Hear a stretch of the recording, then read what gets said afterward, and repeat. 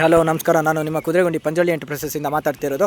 ಇವತ್ತು ನಾವು 8 ಮೀಟರ್ ದೋಟಿ ಬಗ್ಗೆ ನಮ್ಮ ಕಸ್ಟಮರ್ಗಳ ಅಭಿಪ್ರಾಯ ಹೇಗಿದೆ ಅಂತ ಸ್ವಲ್ಪ ತಿಳ್ಕೊಳ್ಳೋಣ.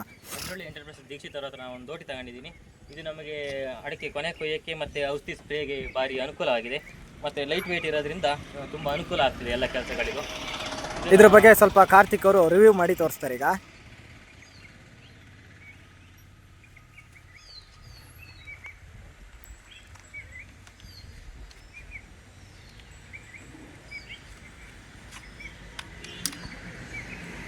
ಹೇಗಿದೆ ಕಾರ್ತಿಕ್ ಅವರೇ ಇದ್ರ ಬಗ್ಗೆ ದೋಟಿ? ಇದು ಹೈಟ್ ಮಾಡೋಕ್ಕೆಲ್ಲ ಭಾರಿ ಸುಲಭ ಇದೆ. ಎಷ್ಟು ಲೈಟ್ ವೈಟ್ ಇದೆಯಾ, ಹೇಗಿದೆ?